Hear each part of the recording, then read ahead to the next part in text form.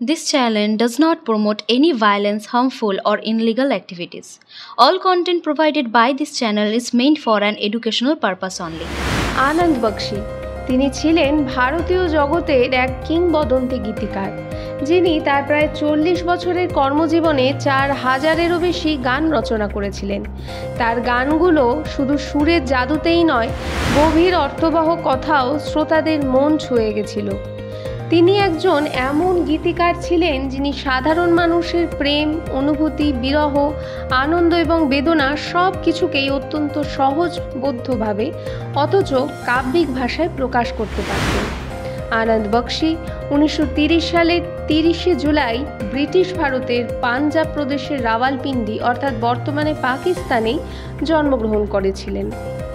দেশভাগের পর তার পরিবার লখনৌতে চলে আসে।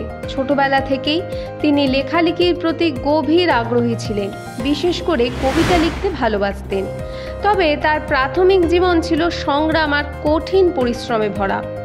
বলিউডের এই গীতিকার হওয়ার স্বপ্ন মুম্বাই আসার আগে তিনি ভারতীয় নৌবাহিনীতে কাজ করেছিলেন, এমনকি টেলিফোন অপারেটর হিসেবেও জীবিকা নির্বাহ করেছিলেন। কিন্তু তার ভেতরের এই শিল্পী সত্তা তাকে স্বস্তি দেয়নি, বারবার তাকে স্বপ্ন পূরণের জন্য মুম্বাই টেনে নিয়ে এসেছিল।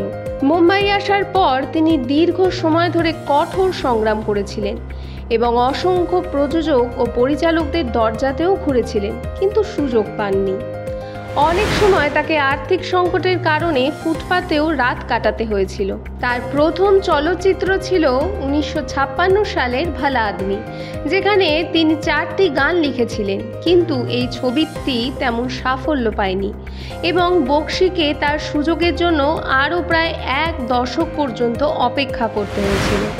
1960-এর দশকের মাঝামাঝি সময় আনন্দ বক্সীর ভাগ্যের চাকা ঘুরতে শুরু করে। সুরকার কল্যাণজি আনন্দজির সঙ্গে তার কাজ তাকে পরিচিতি এনে দেয়। এরপর লক্ষ্মীকান্ত প্যারেলাল, রাহুল দেব বর্মন, শিব হরি, অনু মালিক, যতীন ললিত সহ বহু বিখ্যাত সুরকারের সঙ্গে তার জুটি বলিউডের ইতিহাসের স্বর্ণাক্ষরে লেখা আছে।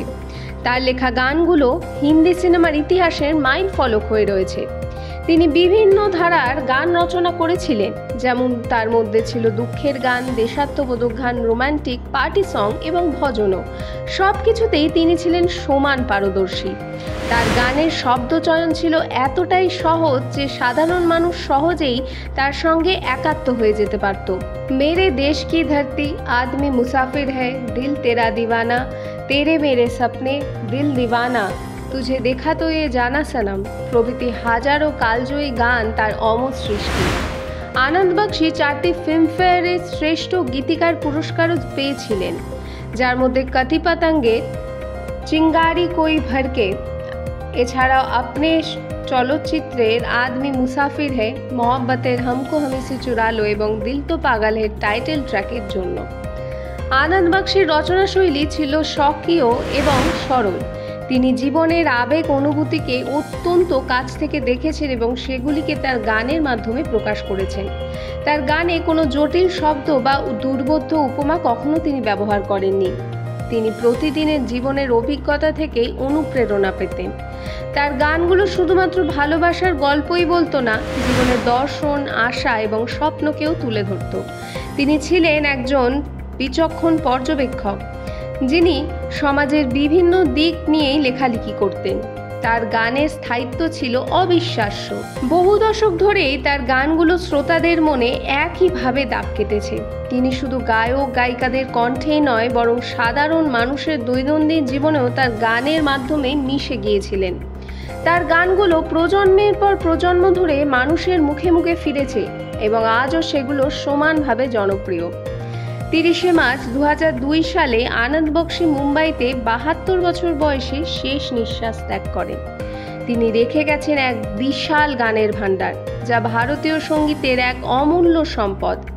তার চলে যাওয়ায় ভারতীয় চলচ্চিত্র জগৎ এক অপূরণীয় ক্ষতির সম্মুখীন হয়েছিল। আনন্দ বক্সী শুধুমাত্র একজন গীতিকারই ছিলেন না, তিনি ছিলেন একজন গল্পকার, একজন কবি, যিনি সুরের মাধ্যমে মানুষের আত্মাকে স্পর্শ করতে পারতেন। তার গানগুলো আজও আমাদের স্মৃতিতে অমলিন। তার সৃষ্টির মাধ্যমে তিনি চিরকাল অমর হয়ে থাকবেন। ভারতীয় সঙ্গীতে যতদিন থাকবে আনন্দ বক্সীর নামেও ততদিন শ্রদ্ধার সঙ্গে স্মরণ করা হবে।